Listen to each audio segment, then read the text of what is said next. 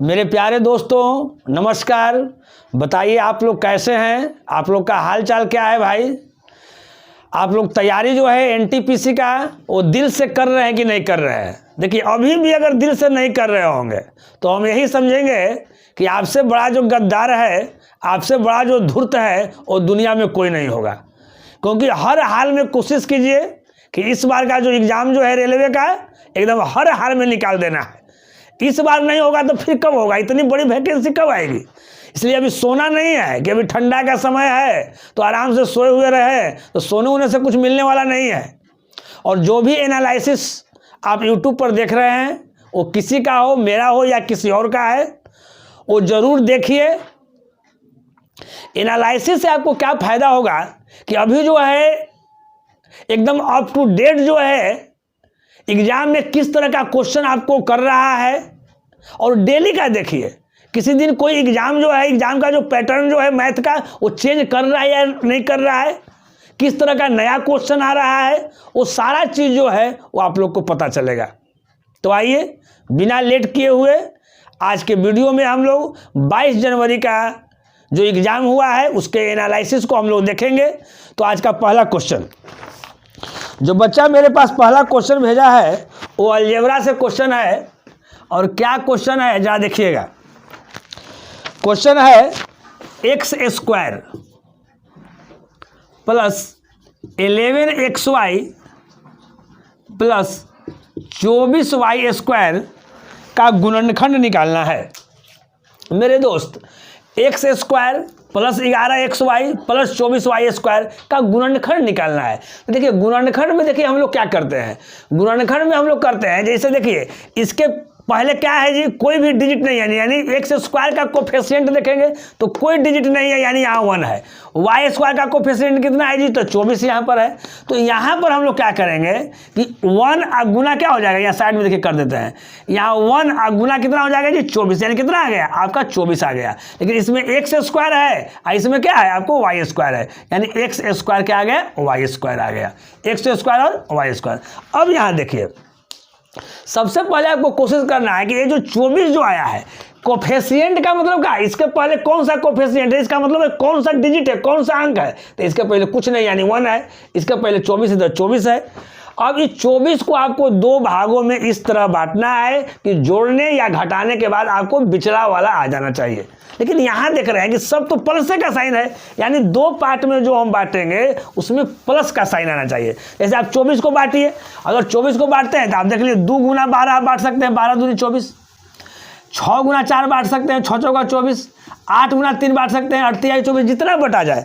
तो अगर जोड़ते हैं तो देखिए 12 और 2 जोड़ेंगे तो कितना आ जाएगा 14, यहाँ 11 है, 6 4 जोड़ेंगे तो कितना आ जाएगा 10, यहाँ 11 है, और 8 और 3 जोड़ेंगे तो कितना यहाँ 11 आ जा रहा है। नहीं तो यहाँ हम एक्स स्क्वायर प्लस, अब देखिए 11xy है तो 8 और 3 में बटा, यानी एक 8xy लिख देंगे और एक कितना लिख देंगे जी 3xy। अब देखिए इन दोनों को गुना कीजिएगा तो 8 कितना हो जाएगा 24 और x यहाँ देखिए x स्क्वायर और y स्क्वायर गुना करेंगे तो यहाँ देखिए 24 एक्स स्क्वायर वाई स्क्वायर है, यानी जोड़ने के बाद मेरा ये भी आ जा रहा है और दोनों को आपस में गुना कर दे रहे हैं तो मेरा 24 एक्स स्क्वायर वाई स्क्वायर मेरा आ जा रहा है। तो अब कहीं कोई दिक्कत नहीं। अब उसके बाद यहाँ 24 वाई स्क्वायर है तो यहाँ लिख देंगे 24 वाई स्क्वायर। इसमें से कॉमन क्या होगा जी, तो एक्स कॉमन हो जाएगा। नहीं देखिए ना, ये दोनों में से कॉमन लेना है, तो इसमें भी एक्स है इसमें भी एक्स है, तो एक्स को हम कॉमन ले लेंगे। तो यहाँ से एक्स कॉमन ले लिए तो यहाँ से मेरा एक्स बच जाएगा, प्लस यहाँ से एक्स कॉमन ले लिया तो यहाँ से 8y बच जाएगा, प्लस इसमें से कॉमन क्या हो जाएगा। अब यहाँ देखिए, अब ज़्यादा अगर दिमाग नहीं लगे तो क्या करना है कि यहाँ जो बचेगा वही आगे बचेगा। तो आप आँख मूंद के पहले यहाँ लिख दीजिए x प्लस कितना लिख दीजिए जी 8y। अब देख लीजिए दोनों में से कॉमन क्या होगा, इसमें से तो केवल x लिखना है, यानी 3y यहाँ कॉमन हो जाएगा। अब देख लीजिए 3y कॉमन आपका सही है कि नहीं सही है, तो 3xy गुना करेंगे तो 3xy, यहाँ देखिए 8 से 8 तिहाई 24 और y गुना y कितना हो जाएगा y स्क्वायर हो जाएगा मेरे भाई, है ना। तो अब देखिए x प्लस 8y यहाँ भी, x प्लस 8y यहाँ भी, तो x प्लस 8y क्या कर लेंगे यहाँ कॉमन कर लेंगे और यहाँ से मेरा बच जाएगा x प्लस क्या बच जाएगा 3y, यही मेरा आंसर हो जाएगा।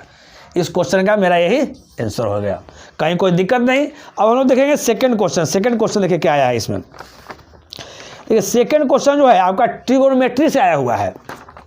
क्वेश्चन क्या है मेरे भाई, यदि sine theta plus cos theta बटा sine theta minus cos theta बराबर दिया हुआ है √3 - 1 बटा √3 - 1, दोनों जगह माइनस नहीं होगा, एक जगह प्लस होगा, तो थीटा इजकल टू व्हाट।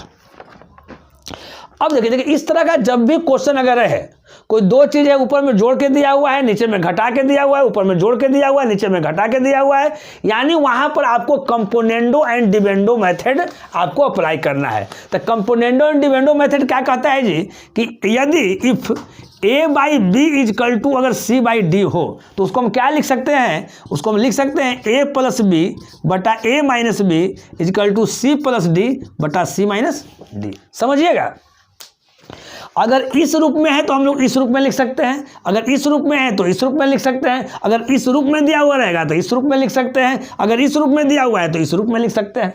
देखिए कंपोनेंडो एंड डिविडेंडो क्या है कि एक बार अंश और हर को आप लोग जोड़ के लिख दीजिए और एक बार घटा के लिख दीजिए, यहाँ भी एक बार जोड़ के लिख दिया, एक बार यहाँ घटा के लिख दीजिए। तो यहाँ देखिए ये जो चीज़ जो दोनों दिया हुआ है वो इस फॉर्म में दिया हुआ है, देखिए इस फॉर्म में दिया हुआ है। तो जब इस फॉर्म में दिया हुआ है तो उसको हम लोग इस फॉर्म में लिख देंगे। तो थोड़ा सा आगे बढ़ाते हैं हम लोग, इधर आगे बढ़ाते हैं। तो अब यहाँ देखिए, अब इसको अगर a/b के रूप में लिखेंगे तो यहाँ क्या लिखेंगे जी, साइन थीटा बटा क्या लिखेंगे, कॉस थीटा। थोड़ा सा शॉर्ट कर रहे हैं, साइन थीटा बटा कॉस थीटा लिख देंगे, और साइन थीटा बटा कॉस थीटा बराबर क्या हो जाएगा, आपका tan थीटा हो जाएगा। तो tan थीटा बराबर यहाँ अगर उस रूप में अगर लिखेंगे तो √3 बटा क्या लिखेंगे 1, और √3 बटा 1 इक्वल टू क्या हो जाएगा आपका √3। तो यहाँ देखिए अब इसमें कहता है कि थीटा का वैल्यू क्या होगा, तो आपको बताना है, आपसे मैं पूछ रहा हूँ, आप बताइए, है ना, कि tan थीटा बराबर यहाँ √3 है, तो √3 जो वैल्यू है tan थीटा में किसका होता है जी, तो आप बताइएगा कि 60 डिग्री का होता है, यानी यहाँ थीटा बराबर क्या आ गया आपका 60 डिग्री, आपका आंसर आ गया। हम आशा करते हैं कि ये भी क्वेश्चन आप ठीक ढंग से क्या हो गए होंगे, समझ गए होंगे, है ना। देखिए सबसे पहले आपको कोशिश क्या करना है, कोई भी जैसे हम क्वेश्चन लिखें तो वीडियो को क्या कीजिए, कुछ देर के लिए आप बंद कर दीजिए, है ना, उसको अपने से बना के देखिए बनता है कि नहीं बनता है। अगर बन जाता है तो पर भी सही, नहीं बन जाता है तो पर भी सही, उसके बावजूद भी बनता है या नहीं बनता है, दोनों कंडीशन में आपको क्या करना है, उसके बाद देखना है कि हम जो मेथड जो बताए हैं वो किस तरह से मेथड बताए हैं, उसको भी देखना है। हो सकता है कि हमारा मेथड आप लोग को थोड़ा सा अच्छा लगे तो उसको उतारना है। चलिए आगे देखिए, अब उसके बाद जो है सेकंड के बाद जो क्वेश्चन इसमें दिया हुआ है थर्ड क्वेश्चन। तो ये थर्ड क्वेश्चन तो एकदम लॉलीपॉप क्वेश्चन है जी। क्या क्वेश्चन है लॉलीपॉप, यहाँ देखिएगा थर्ड क्वेश्चन कहता है कि √5 + √11 इंटू √5 - √11। देखिए इसको सोल्व करना है।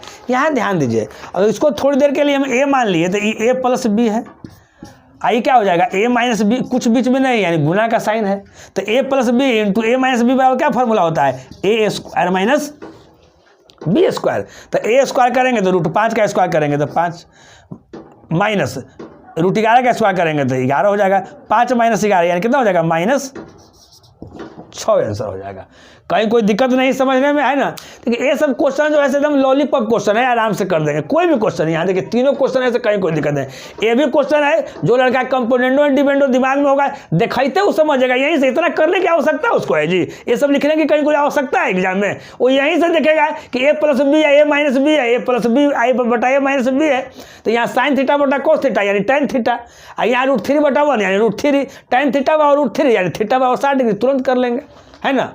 तो हम आशा करते हैं कि जो भी क्वेश्चन अभी हम बताए हैं सब क्वेश्चन को आप ठीक ढंग से समझ रहे होंगे, है ना। इसको 2 बार 4 बार बनाइए, जिनका आगे के डेट में एग्जाम है अवश्य बनाइए। बनाने से स्वाभाविक है कि जिनका मार्क्स अगर 30 में अगर 25 नंबर अगर आ रहा होगा तो निश्चित है कि 5 नंबर बढ़ जाएगा। जिसका अगर 30 में पहले से 20 आ रहा होगा उसका स्वाभाविक है कि 5 नंबर आपका बढ़ जाएगा। एनालिसिस करने से क्या हो जाएगा आपका, कि आपको समझ में आ जाएगा कि अभी वर्तमान में किस तरह का क्वेश्चन पूछ रहा है ना। एक अंदर जो है एक आत्मविश्वास पैदा होगा, और वो आत्मविश्वास कहीं ना कहीं है वो कि 2 नंबर 4 नंबर आपको बढ़ाने का काम जरूर करेगा। तो इस तरह के क्वेश्चन को आप लोग क्या कीजिए, पूरा के पूरा जम के बनाइए। नेक्स्ट क्वेश्चन जो है आपका 4 जो क्वेश्चन है मेरे भाई वो एलसीएम और एचसीएफ से लिया गया है। एक बार क्वेश्चन को मैं बोल देता हूँ, आप लोग लिख लीजिए। दो संख्याओं का मस तथा लस क्रमशः 26 तथा 78 है। दो संख्याओं का मस यानी एचसीएफ और लस यानी एलसीएम 26 और 78 है। यदि पहली संख्या 52 है तो दूसरी संख्या ज्ञात करें। तो ये कोई दो संख्या है और उसका मसा जो है यानी एचसीएफ जो है, यहाँ देखिए ध्यान दीजिएगा, एचसीएफ जो है 26 है, एलसीएम जो आपका है वो क्या दिया हुआ है जी 78 है। एक संख्या यानी फर्स्ट नंबर जो है मेरे दोस्त वो 52 है, तो दूसरी संख्या यानी आपको सेकंड नंबर आपको ज्ञात करना है।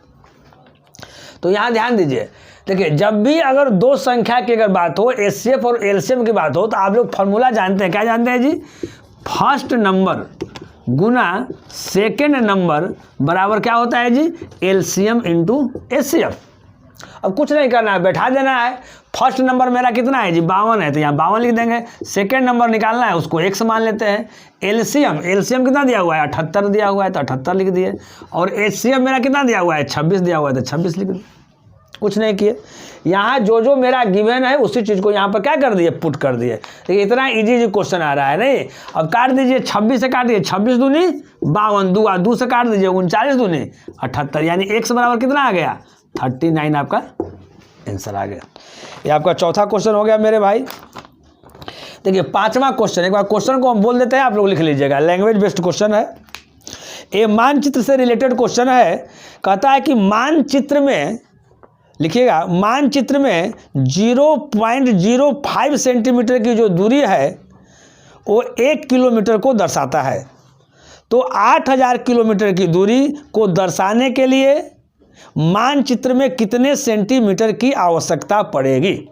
यहाँ ध्यान दीजिएगा, क्वेश्चन कहता है कि मानचित्र में 0.05 सेंटीमीटर की दूरी 1 किलोमीटर को दर्शाता है। यानी कहने का मतलब है मेरे भाई कि 1 किलोमीटर जो है, 1 किलोमीटर बराबर कितना सेंटीमीटर है जी 0.05 सेंटीमीटर। देखिए लास्ट में पूछ रहा है सेंटीमीटर, लास्ट में क्या पूछ रहा है जी सेंटीमीटर में आंसर पूछ रहा है।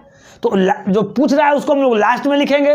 तो 1 किलोमीटर बराबर अगर 0.0 सेंटीमीटर है तो 2 किलोमीटर बराबर क्या होगा बाबू, तो आप बोलेगा कि सर 0.05 गुना 2।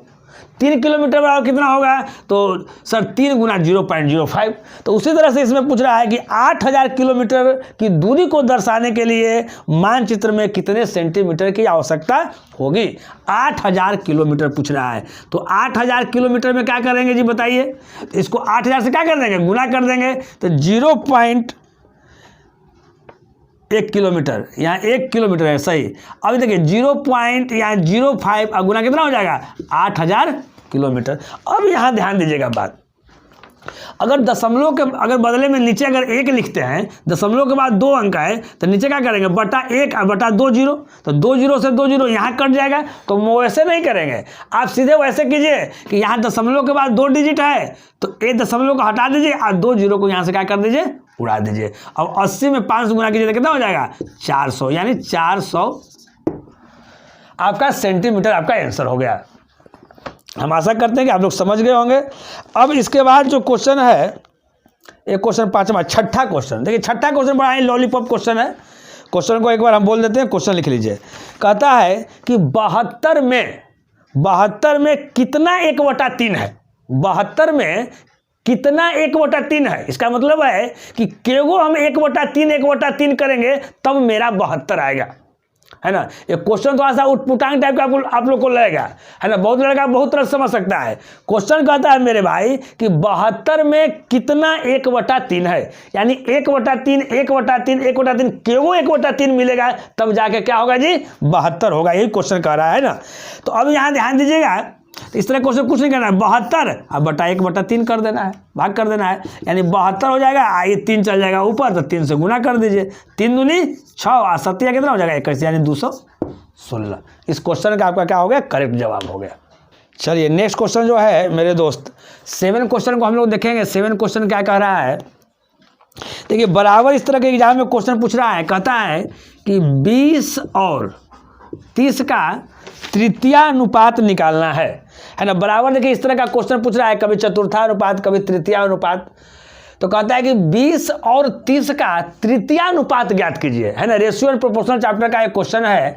तो देखिए तृतीयानुपात का आप लोग फॉर्मूला जानते हैं, क्या जानते हैं जी, b² a, यानी यहाँ पर ही a का रोल करेगा और यहाँ पर ही b का रोल करेगा। तो b² a तृतीयानुपात का फॉर्मूला है। तो b की जगह पर कितना है जी 30, तो 30 गुना कितना 30 बटा a की जगह पर कितना है 20। अब काट दीजिए 10 दूनी 20 और 10 से कितना 3, 2 से काट दीजिए 15, 15 तो यह कितना हो जाएगा 45, इसका आंसर आ जाएगा, कहीं कोई दिक्कत नहीं। चलिए 8वां क्वेश्चन, एक बार क्वेश्चन को हम 8वां बोल देते हैं, आप लोग लिख लीजिए। कहता है मेरे दोस्त कि किसी विद्यालय में लड़के और लड़कियों का अनुपात 3:2 है। अगर रेशियो में देखा जाए तो आपका लड़का 3 है और लड़की 2 है। किसी विद्यालय में लड़के और लड़कियों का अनुपात 3:2 है।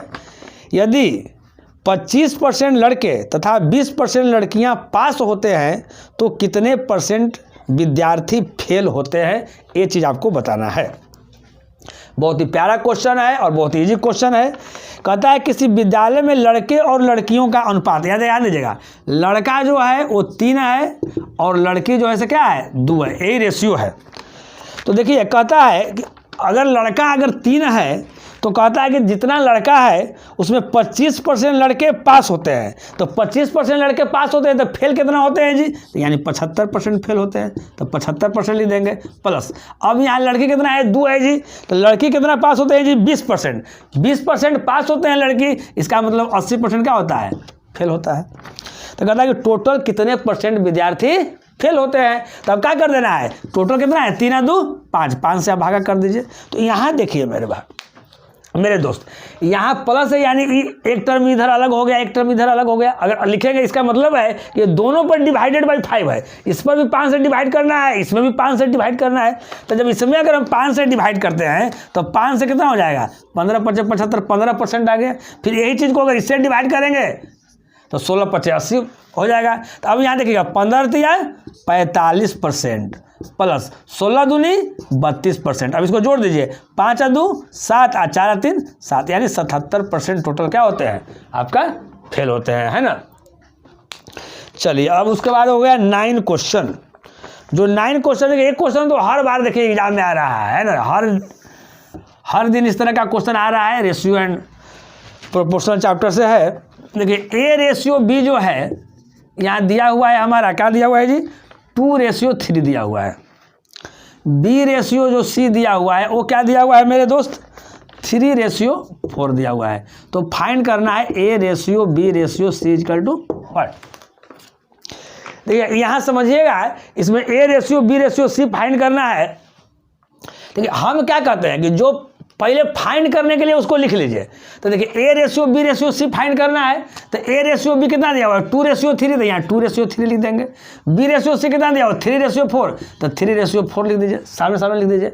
अब देखिए अब इसको क्या कीजिए, यहाँ पर देख रहे हैं खाली है, जो जहाँ खाली है तो बगल वाला लिख दो। तो बगल वाला कितना है 3, तो यहाँ 3 लिख दिए। यहाँ पर खाली है तो बगल वाला लिख दो, यानी यहाँ कितना है 3, तो 3 लिख देंगे।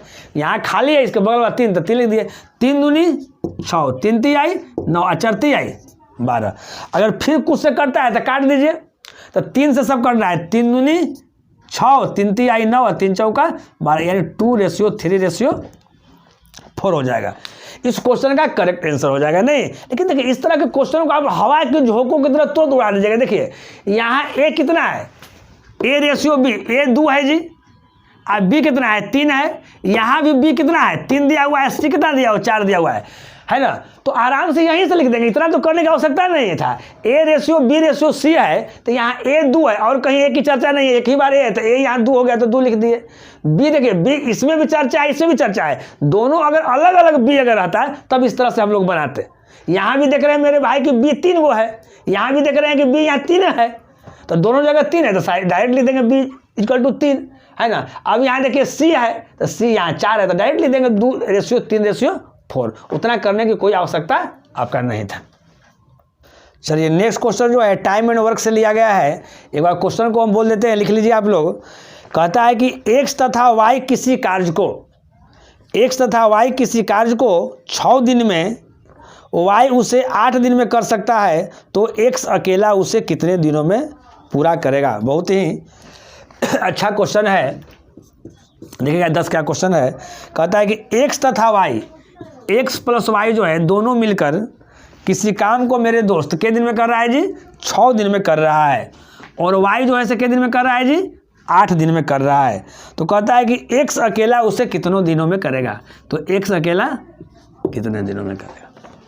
अब यहाँ देखिए, अब x प्लस y मिलता है तो 6 दिन में वो कर लेता है, y अकेला 8 दिन में करता है तो x उस काम को कितने दिनों में करेगा। तो यार देखिए, सबसे पहले क्या करेंगे, इस तरह के क्वेश्चन में टोटल वर्क निकालेंगे हम। तो टोटल वर्क जो होता है वो क्या होता है, इसका क्या हो जाएगा, एलसीएम। तो 6 8 का एलसीएम कितना हो जाएगा, 24। अब 6 चौका 24, 4 टाइम कटा, 8 आई 24, 3 टाइम कटा। तो जे टाइम कटा ना जी, वही इसका इफिशियंसी हो गया। इफिशियंसी का मतलब कि एक दिन में x प्लस वाई जो है वो 4 काम करेगा, है ना। कितना काम करेगा जी, 4 काम करेगा। और एक दिन में अकेले जो y जो है से क्या काम करेगा जी, 3 काम करेगा। अब यहाँ ध्यान दीजिएगा, x प्लस वाई जो है एक दिन में 4 काम करता है तो नहीं 6 दिन में समाप्त कर देता है, 6 चौका 24। अब यहाँ देखिए, y जो है एक दिन में 3 काम करता है, इसलिए वो 8 दिन में काम को समाप्त कर देता है, 8 24, क्योंकि टोटल काम तो मेरा 24 यहाँ है। तो अब यहाँ देखिए, अगर y का अकेले इफिशियंसी अगर 3 है, इसका मतलब है कि x का जो इफिशियंसी हो जाएगा वो कितना हो जाएगा, x का मेरा इफिशियंसी 1 हो जाएगा, क्योंकि x प्लस y दोनों का इफिशियंसी 4 है। यहाँ y का अकेले मेरा दिए हुए मेरे दोस्त कितना, 3। तो कह रहा है कि x उस काम को कितना दिनों में करेगा। तो x उस काम को कितना दिनों में करेगा, तो काम क्या है जी, 24 काम करना है। तो 24 अब बटा जे कर रहा है उसके इफिशियंसी से क्या कर देना है, भागा कर देना है। तो x का इफिशियंसी कितना है, 1। तो 1 कर देंगे, 24 बटा 1 यानी 24। देखिए सेकेंड तरीका, इस तरह के क्वेश्चन को आप लोग बनाते होंगे, ये 2 को मिला के दिया हुआ है, 1 अकेले दिया हुआ है, तो दोनों को गुना कर दीजिए, 6 गुना 8, और दोनों के डिफरेंस से भाग कर दीजिए, यानी 8 6 का कितना, 2। अब 2 से कर दीजिए, 2 चौका 8, 6 चौका 24 दिन। ऐसे भी आप लोग बनाते होंगे। चलिए 10 के बाद 11 क्वेश्चन। 11 क्वेश्चन देखिए क्या कह रहा है, एक बार क्वेश्चन को हम बोल देते हैं। ज्योमेट्री से क्वेश्चन है, बहुत ही आसान क्वेश्चन है। वृत्त के बाह्य बिंदु से, क्वेश्चन को लिखा जाए, वृत्त के बाह्य बिंदु से, बाह्य बिंदु P से PA तथा PB 2 स्पर्श रेखा इस प्रकार खींची गई है कि एंगल APB = 60 डिग्री। यदि AP की लंबाई 12 सेंटीमीटर है तो AB की लंबाई ज्ञात करें। यहाँ ध्यान दीजिएगा, सबसे पहले देखिए 11 यहाँ है लेकिन फिगर हम इधर लिख रहे हैं, ठीक है ना। कहता है वृत्त के बाह्य बिंदु P से, यहाँ ध्यान दीजिएगा, कोई सर्किल है, अब बाहर कोई बिंदु है, मान लेते कोई बिंदु यहाँ बाहर, मान लेते यहाँ कोई बिंदु है, इससे P से, फिर क्वेश्चन बोलेंगे वृत्त के बाह्य बिंदु P से PA तथा PB 2 स्पर्श रेखा खींची गई है। एक का नाम PA है और एक का नाम PB। स्पर्श रेखा मतलब टैंजेंट। अब यहाँ इसको हम लोग मिला देते हैं।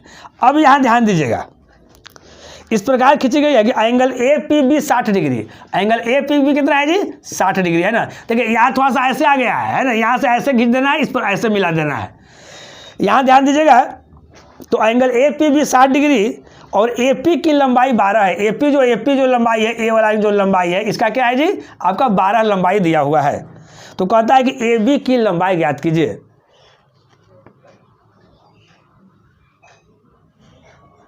तो कहता है PB की लंबाई ज्ञात कीजिए, सॉरी PB की लंबाई ज्ञात कीजिए, इसकी लंबाई ज्ञात करना है। तो यहाँ ध्यान दीजिए, आप किसी भी वृत्त के बाह्य बिंदु से केवल 2 स्पर्श रेखाएं खींची जा सकती है। ये दोनों स्पर्श रेखा जो क्या होता है, वो आपस में लंबाई में क्या हो जाएगा, आपको बराबर हो जाएगा, क्योंकि ये दोनों आपस में क्या होता है जी, बराबर होता है। तो सब 67 डिग्री का सब यहाँ हो जाएगा नहीं। और दोनों किसी भी वृत्त के बाह्य बिंदु से 2 स्पर्श रेखा खींची जाती है, और दोनों जो होगा वो लंबाई में क्या हो जाएगा, बराबर हो जाएगा। यानी ई 12 है तो जो हमको PB निकालना है वो भी क्या हो जाएगा, 12 हो जाएगा। बस केवल इतना जानना है, आपको आंसर इसका मिल जाएगा। नेक्स्ट क्वेश्चन जो है, एक बार क्वेश्चन को हम बोल देते हैं। क्वेश्चन है मेरे भाई कि किसी त्रिज्यखंड के लिए चाप की लंबाई किसी त्रिज्यखंड के लिए चाप की लंबाई और त्रिज्या का अनुपात 3:4 है। यदि त्रिज्या 36 सेंटीमीटर है तो चाप की लंबाई क्या है?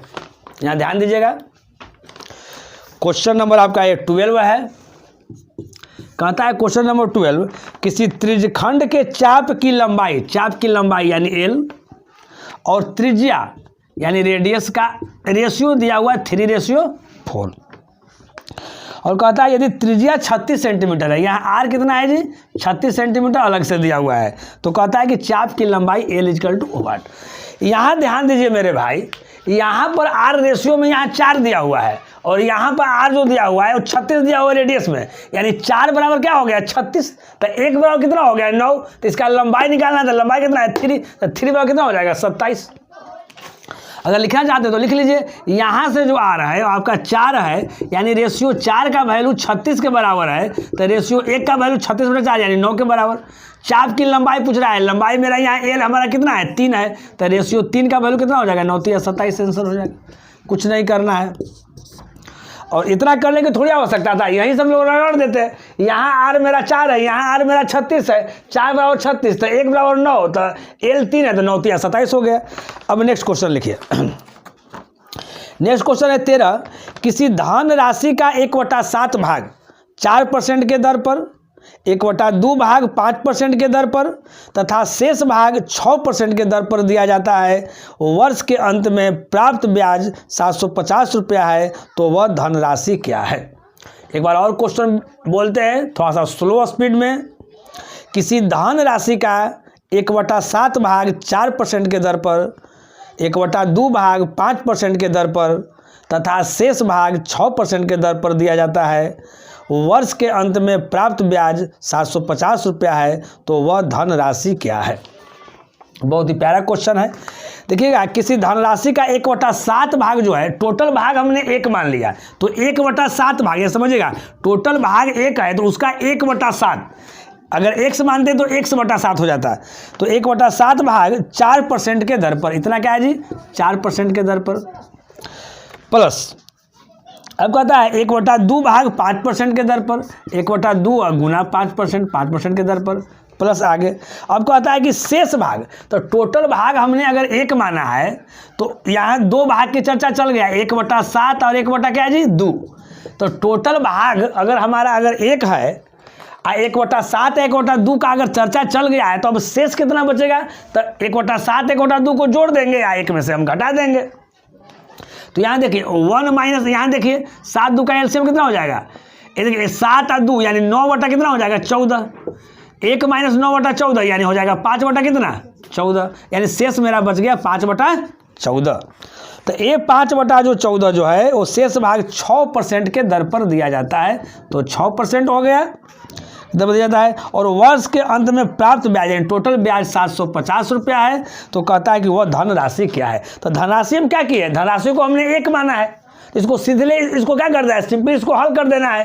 ये आपका 4/7% हो जाएगा, ये 5/2% हो जाएगा, ये 6/30/14% हो जाएगा, बराबर 750। और एलसीएम लेके और लास्ट में क्या करना है, धनराशि को हम 1 माने तो 1 का वैल्यू निकाल देना है। अगर 1 नहीं मानेगा तो वहाँ पर 1 मान लीजिएगा, तो यहाँ 1/7 हो गया, 1/7 गुना 4%, 1/2 गुना 5%, और यहाँ हो जाएगा 5x/14 गुना 6% बराबर 750, और x का वैल्यू निकाल देंगे। हम आशा करते हैं कि आप कर लीजिएगा। नेक्स्ट क्वेश्चन हम लोग 14 देखते हैं। ये 14 जो क्वेश्चन है मेरे दोस्त, ये टाइम एंड वर्क से लिया गया है। एक बार क्वेश्चन को हम बोल देते हैं, आप लोग लिख लीजिए, और बड़ा ही प्यारा क्वेश्चन है, दुलारा क्वेश्चन है।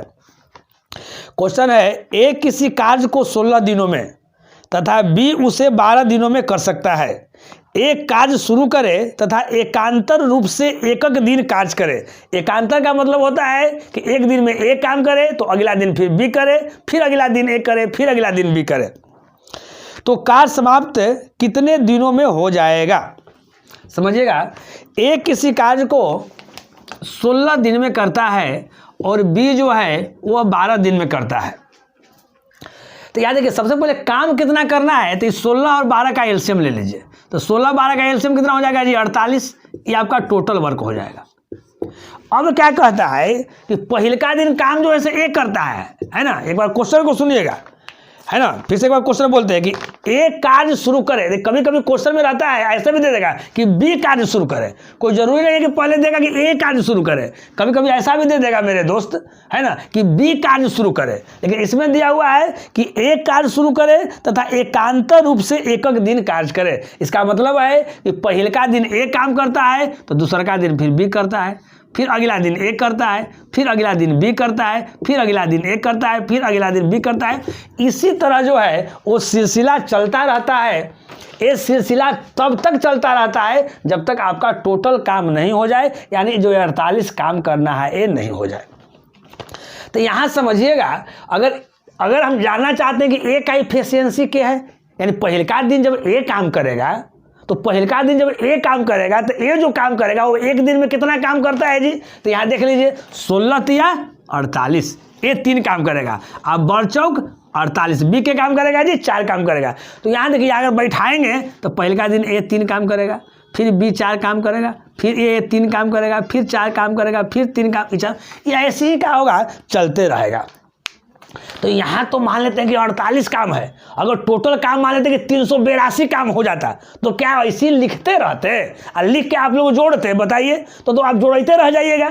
तो उस तरह से नहीं करना है, क्या कर देना है कि ए और बी का पहले एकक दिन का आप काम देखिए। तो इसका 3 काम और इसका 4 काम, यहाँ स्टॉप कर दीजिए।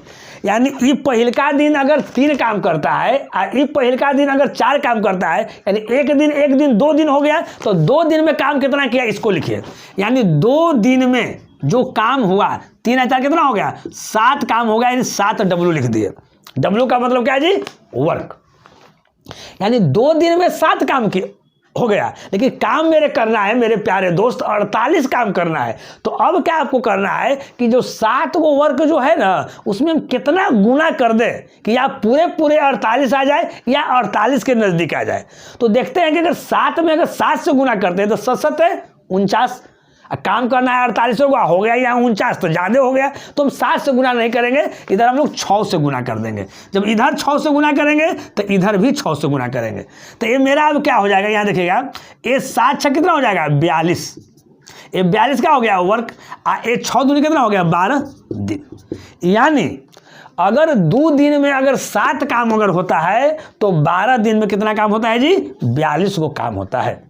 लेकिन मेरे भाई काम टोटल कितना करना है, 48 काम करना है। हम किस तरह निकाले हैं, एक दिन ए, अगला दिन बी, फिर अगला दिन ए। तो यहाँ देखिए, यहाँ अगर दिन अगर टोटल अगर 12 दिन लगा तो फिर अगला दिन कौन करेगा जी, तो अगला दिन फिर ए करेगा। तो ए जो अगला दिन यानी पहले इसमें एक दिन समय और लगेगा। तो ये कितना काम करेगा, 3 काम करता है, ये 3 काम करता है। तो इसमें 42 में 3 क्या करेंगे, जोड़ देंगे। तो ये तो मेरा 45 को न हो जाएगा, काम तो मेरा 45 को काम हो जाएगा, लेकिन काम हमको करना है 48। तो 42 और 3 या 45 हो गया, काम करना है 48। तो ए अगर किया तो ए के बाद अब कौन करेगा, अब हमको बी करेगा। तो बी जब भी करेगा तो एक दिन में 4 काम करता है, एक दिन में 4 काम करता है। तो लिखेंगे या समझा देते हैं, यानी 4 काम जो करता है उसमें कितना दिन समय लगा रहता है, 1 दिन। तो 1 काम करेगा तो कम न समय लगाएगा जी, यानी 1/4 दिन समय लगाएगा। तो अब हमको 3 को काम बच गया है, तो 3 काम करने में कितना समय लगाएगा जी, तो 3/4 दिन लगाएगा। ये समझा दिए, है ना। तो अब यहाँ ध्यान दीजिएगा, तो अब यहाँ जो शेष काम जो 3 काम बचा है, इस 3 काम को करने में कितना दिन लगाया, 3/4 दिन लगाया। यानी 12 दिन या 1 दिन 13 दिन, या कितना हो गया 3/4, यानी 13.3/4 दिन आपका क्या लग गया, आपका समय लग गया, है ना। हम आशा करते हैं कि सब लोग जो है ठीक ढंग से क्या होंगे, इस क्वेश्चन को समझ गए होंगे, ठीक है ना। अब अगला क्वेश्चन यानी 15 क्वेश्चन, इस क्वेश्चन को हम यहाँ बता देते हैं। ये 14 क्वेश्चन था, 15 क्वेश्चन को बता देते हैं। एक बार क्वेश्चन को हम बोल देते हैं। कहता है 15 क्वेश्चन कि किसी शहर की जनसंख्या में पहले वर्ष 10% की वृद्धि तथा दूसरे वर्ष 5% की वृद्धि होती है, तो 2 वर्ष बाद शहर की जनसंख्या 462 पर 2 जीरो हो तो शहर की प्रारंभिक जनसंख्या क्या है। एक बार फिर क्वेश्चन को स्लो स्पीड से, किसी शहर की जनसंख्या में पहले वर्ष में 10% की वृद्धि होती है तथा दूसरे वर्ष में 5% की वृद्धि होती है, तो 2 वर्ष बाद शहर की जनसंख्या 462 पर 2 जीरो हो तो शहर की प्रारंभिक जनसंख्या क्या है। तो मान लेते हैं कि शहर की जो प्रारंभिक जनसंख्या है वो मान लेते हैं कि x है। क्या है जी? x है। तो पहिलका वर्ष में क्या परसेंट वृद्धि होता है जी? 10%। तो x गुना 110/100। अगला साल में कितना वृद्धि होता है जी? तो कहता है 5%। तो 105 बटा कितना? 100। अब बराबर कितना होता है? 462 पर 2 जीरो आपका हो जाता है। तो शहर की प्रारंभिक जनसंख्या क्या है? तो यहाँ देखिए x का वैल्यू निकाल देना है, आराम से निकाल दीजिएगा। यहाँ अगर देखते हैं तो 1 जीरो से 1 जीरो यहाँ हटा दीजिए। इसको देखते हैं तो 5 से काट दीजिए 21 और 5 से काट दीजिए यहाँ 20। अब यहाँ देखिए अगर 21 में अगर 10 से गुना करेंगे तो 210, लेकिन एक टाइम और ज़्यादा है तो 21, तो 210 आए 21 कितना हो जाएगा जी? 231। और 231 अगर यहाँ पर हो जाएगा तो 231 गुना अगर 2 करेंगे तो कितना हो जाएगा? 462। पर यहाँ 2 जीरो है तो x का वैल्यू कितना हो जाएगा? यहाँ 2 दूनी 4 पर 2 जीरो, 1 3 जीरो, 1 4 जीरो, 1 2 3 1 4 जीरो, यानी 40,000 इसका क्या हो गया? आंसर हो गया। हम आशा करते हैं कि आप लोग ठीक ढंग से समझ रहे होंगे। चलिए नेक्स्ट क्वेश्चन जो है 16 क्वेश्चन है। देखिएगा 16 क्वेश्चन बहुत ही लॉलीपॉप क्वेश्चन है और ज्योमेट्री से आपका क्वेश्चन है। एक बार क्वेश्चन को हम बोल देते हैं। क्वेश्चन है मेरे भाई कि किसी वृत्त की सबसे बड़ी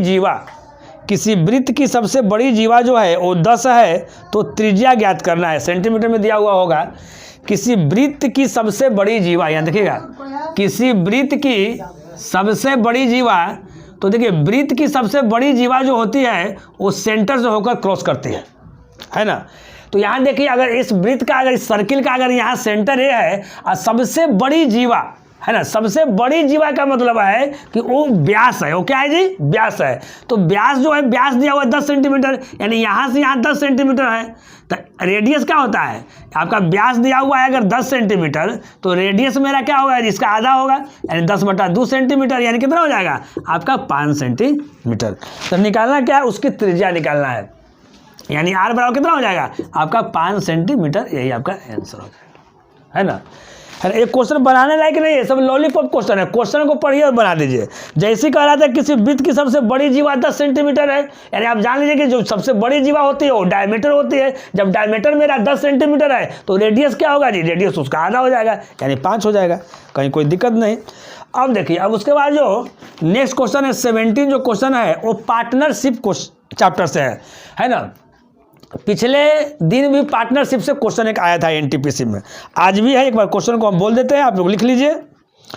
ए तथा बी ने क्रमशः 20,000 रुपया तथा 30,000 रुपया लगाकर एक व्यापार आरंभ किया। 3 माह बाद बी ने 5,000 रुपया निकाल लिया, तो एक वर्ष के अंत में लाभ किस अनुपात में बांटा जाएगा? ध्यान दीजिएगा। देखिए क्वेश्चन कहता है कि ए और बी ने, बहुत इजी क्वेश्चन है, ए और बी ने, एक ए है एक बी है। ए है जो 20,000 रुपया लगाता है जी, ए 20,000 लगाता है, और ए जो है ऐसे 30,000 रुपया लगाता है। व्यापार स्टार्ट किया। देखिए 3 जीरो इसमें का, 3 जीरो इसमें का, सबसे पहले हम साफ कर दिए, छोटा कर दिए, डिजिट को छोटा कर दिए। अब देखिए अब क्या कहता है, आगे क्वेश्चन देखिएगा। अब कहता है कि 3 माह बाद बी ने 5,000 रुपया क्या कर लिया? निकाल लिया। देखिए बी जो है वो 3 माह बाद ना निकाला जी, यानी 3 माह तक तो ये 30,000 रुपया इन्वेस्ट किया, यानी 30 गुना 3। अब इसमें से ही 5,000 रुपया क्या कर लिया? निकाल लिया। तो 30,000 रुपया पहले था, 5,000 निकाल लिया, तो कितना बच गया? 25। अब 3 माह के लिए ये लगाया, यानी अगला जो है क्या लगाया? 9 माह के लिए लगाया, क्योंकि लास्ट में कह रहा है कि वर्ष के अंत में लाभ किस अनुपात में बांटा जाएगा। यानी जो व्यापार जो किया था वो दोनों क्या किया था? 1 साल के लिए किया था। अब देखिए ए के बारे में कोई चर्चा नहीं है, इसका मतलब है कि ए जो है से पूरे साल के लिए लगाया है। चलिए अब तो कुछ कह नहीं रहा है, वर्ष के अंत में लाभ किस अनुपात में बांटा जाएगा। तो यहाँ ध्यान दीजिए मेरे भाई मेरे दोस्त, क्या ध्यान दीजिए कि आप जिस रेशियो में पूंजी लगाइएगा और जितने समय के लिए लगाइएगा, है ना, तो लाभ जो है उसी रेशियो में मिलता है। तो यहाँ देख लीजिए, अगर 20 गुना अगर 12 करेंगे तो 12 दूनी 24, 240 आ जाएगा। अब यहाँ देखिए 30 यहाँ 90 हो जाएगा। अब 25 नवा कितना हो जाएगा? 225। ए आपका 240 है। ए देखिए 225 में अगर 75 जोड़ते हैं तो 315 ज़्यादा है, यानी 315। काटने की बात है, अगर हम 5 से अगर काटते हैं तो 5 का 20, 4 और 0, 5 8 40। अगर यहाँ अगर 5 से हम काटते हैं तो 5 छक 30, 1 का 5 पंती आई 15। अगर 3 से काटते हैं फिर तो 16 तिया 48 और 3 से कितना है 21 तिया 63, यानी फाइनली कितना आ गया 16 आपका 21 आपका आंसर आ गया। यानी इस क्वेश्चन का जो करेक्ट आंसर है मेरे दोस्त 16 क्या हो गया आपका 21 आ गया। क्या है मेरे दोस्त, एक बार क्वेश्चन को हम बोल देते हैं, बहुत ही लॉलीपॉप क्वेश्चन ये भी है। 18 क्वेश्चन कहता है कि सीमा के पास कुछ रुपये हैं, सीमा के पास कुछ रुपये हैं तथा उसने अपने रुपये का 6.25% खर्च कर दिया जो कि 75 रुपये के बराबर था, तो उसके पास कुल कितना रुपया था। यहाँ ध्यान दीजिएगा, वो कहता है कि सीमा के पास कुछ रुपया है तथा उसने अपने रुपये का कितना खर्च किया जी 6.25% खर्च किया। तो देखिए 6.25 का मतलब परसेंट का मतलब क्या हो गया, देखिए इसका मतलब है कि 6 + 0.25% यानी 6 की 600 और 2.5% का मतलब क्या होगा दशमलव का मतलब यानी 25 बटा कितना 100%। 25 चौका 100, 6 चौका 24 आएगा 25/4% जो है वो खर्चा कर दिया। और ये जितना खर्चा किया बाबू वो कितना के बराबर है, वो 75 रुपया के बराबर है, यानी इतना इक्वल टू 75।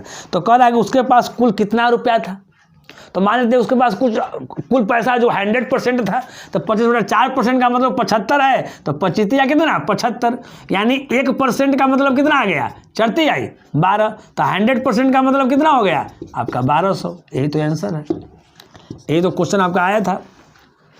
चलिए उसके बाद जो है क्वेश्चन नंबर आप 19 देखिए, 19 क्वेश्चन जो है रेकरिंग से आया था। ये 0.23 पर रेकरिंग था प्लस 0.22 पर रेकरिंग है। देखिए यही एक आइडिया मिलता है एनालिसिस से, जैसे यहाँ रेकरिंग वाला जैसे आपको क्वेश्चन मिला तो यहाँ तो एक क्वेश्चन है रेकरिंग का, जितना भी 5-6 तरह के क्वेश्चन पूछता है एग्जाम में सब रेकरिंग वाला क्वेश्चन आप लोग देख के वहाँ जाइए, तभी कुछ होगा। ये नहीं केवल हम जो क्वेश्चन एग्जाम में आ रहा है वही बना देंगे तो बहुत ज़्यादा फायदा होगा। तो यहाँ देखिए इसका मतलब क्या है, यहाँ देखिए इसको हम लिख सकते हैं दूसरे रूप में कि 23 बटा क्या लिख सकते हैं 99। जितने डिजिट पर रेकरिंग रहता है उतना नीचे क्या लिख देते हैं 9 लिख देते हैं मेरे भाई। अब यहाँ देखिए इसको क्या लिख सकते हैं जी 22 बटा यहाँ लिख सकते हैं 99। नीचे दोनों में 99 है तो ऊपर वाला जोड़ दीजिए, तो 23 और 22, 23 और 10 43, 43 और 10 कितना हो गया 53, 53 और 2 कितना हो गया 55। नहीं यहाँ 23 55 नहीं, यहाँ 23 3 और 2 कितना हो गया आपका 5 और 2 2 4 45, 45 बटा कितना हो गया जी 99। अगर हम 9 से काटते हैं तो 9 × 5 45, 9 से काटते हैं तो 11, यानी अगर फ्रैक्शन में दिया हुआ रहेगा तो 5/11 आंसर। अगर इसी को अगर रेकरिंग में देगा तो 45 बटा कितना है 99 है, तो उसको हम लिख देंगे क्या 0.45 पर रेकरिंग। अगर रेकरिंग में रहेगा तो इस तरह से आंसर होगा, अगर यहाँ फ्रैक्शन में रहेगा तो इस तरह से आंसर होगा, है ना। देखिए नेक्स्ट क्वेश्चन जो है वो बहुत ही सिंपल क्वेश्चन आया था, डिवाइड करने के लिए आया था। क्या डिवाइड करने के लिए था जी 7 कितना बार है 2 2 4 2 6 2 8 बार, 2 3 4 5 6 7 8। इसको डिवाइड भी जो करना था वो 7 से डिवाइड करना था। यही क्वेश्चन लेके आया था, कितना इजी क्वेश्चन है, आप लोग भी देखिएगा तो हंसिएगा। ये जो 7 जो है कितना बार है जी 1 2 3 4 5 6 7 8 बार है। इसको डबल 7 से भाग करना है। देखिए जैसे भाग कीजिएगा तो 77 है, पहले तो भाग कीजिएगा तो एक टाइम लग जाएगा, तो यहाँ 1 लिख दीजिएगा। अब उसके बाद 7 उतारिएगा, नहीं लगेगा तो फिर यहाँ क्या कीजिएगा 0 दीजिएगा, फिर इस 7 उतारिएगा तो फिर क्या टाइम लगेगा, फिर 1 टाइम लग जाएगा। फिर यहाँ से 7 उतारिएगा, नहीं लगेगा तो 0, फिर यहाँ है फिर 1 टाइम लग जाएगा। फिर यहाँ से 7 उतारिएगा, नहीं तो 0, फिर 7 उतारिएगा तो यहाँ क्या लग जाएगा 1 टाइम लग जाएगा। यानी आपका आएगा कितना 1 0 1 0 1 0 1 आंसर। ये साधारण सा क्वेश्चन था। अब उसके बाद जो है मेरे पास उसके बाद जो क्वेश्चन है 21 नंबर, हाँ 21 नंबर क्या है यहाँ देखिएगा, एक बार क्वेश्चन को मैं बोल देता हूँ। क्वेश्चन है मेरे भाई कि 2 व्यक्ति 4 किलोमीटर पर घंटा तथा 3.5 किलोमीटर पर घंटा की चाल से एक ही दिशाओं में चलते हैं, है ना। तो कितने समय बाद उनके बीच की दूरी 1.5 किलोमीटर हो जाएगी। एक बार फिर से क्वेश्चन बोलेंगे, 2 व्यक्ति 4 किलोमीटर पर घंटा तथा 3.5 किलोमीटर पर घंटा की चाल से एक ही दिशा में चलते हैं, दोनों एक ही दिशा में चलता है। तो आप जानते हैं कि जब एक ही दिशा में चलता है तो चाल को क्या करते हैं हम लोग, घटा देते हैं, है ना। तो चाल को हम लोग घटा देंगे तो 4 किलोमीटर में से, किलोमीटर पर घंटा में से 3.5 किलोमीटर पर घंटा घट जाएगा तो कितना आएगा जी, 0.5 किलोमीटर पर घंटा आ जाएगा। 0.5 किलोमीटर पर घंटा का मतलब क्या कि 1 घंटा में 0.5 यानी आधा किलोमीटर। 1 घंटा में कितना जी, आधा किलोमीटर। तो कहता है कितने समय बाद उनके बीच की दूरी 1.5 किलोमीटर हो जाएगा। अब देखिए 1.5 किलोमीटर करना है, पहले से 0.5 किलोमीटर का मतलब यहाँ समझ जाइएगा, आधा किलोमीटर पर घंटा यानी आधा किलोमीटर। इसको क्या करना है, इसको हमको बनाना है 1.5 किलोमीटर। क्या बनाना है इसको जी, 1.5 किलोमीटर बनाना है, 1.5 किलोमीटर इसको बनाना है। तो यहाँ देखिएगा ये आधा किलोमीटर जो पर घंटा, यानी इसका मतलब है कि 1 घंटा में आधा किलोमीटर हमको 1.5 किलोमीटर बनाना है। तो क्या करेंगे, आधा किलोमीटर गुना कितना हो जाएगा, 3। नहीं जी, अगर 0.5 में अगर हम 3 से अगर गुना करेंगे तब नहीं 1.5 किलोमीटर हो जाएगा। 1 घंटा में हो जा रहा था, यानी अगर ये 3 गुना है तो यानी टाइम भी 3 गुना है, यानी कितना हो जाएगा आपका 3 घंटा आंसर हो जाएगा। और तो कोई क्वेश्चन अभी हमारे पास नहीं दिखाई दे रहा है ना। तो यहाँ समझिएगा मेरे दोस्त कि आज जो भी मेरे पास क्वेश्चन था, है ना, वो मैं आपको लोग को बता दिया। और जो भी हम एनालिसिस करवा रहा हूँ उसको 2 बार 4 बार आप लोग बनाइए। स्वाभाविक है कि जो मार्क्स आपको आते हैं उसमें ज़रूर इम्प्रूवमेंट होगा। दिल से पढ़िए और अधिक से अधिक अपने दोस्तों के बीच भी इसको शेयर कीजिए।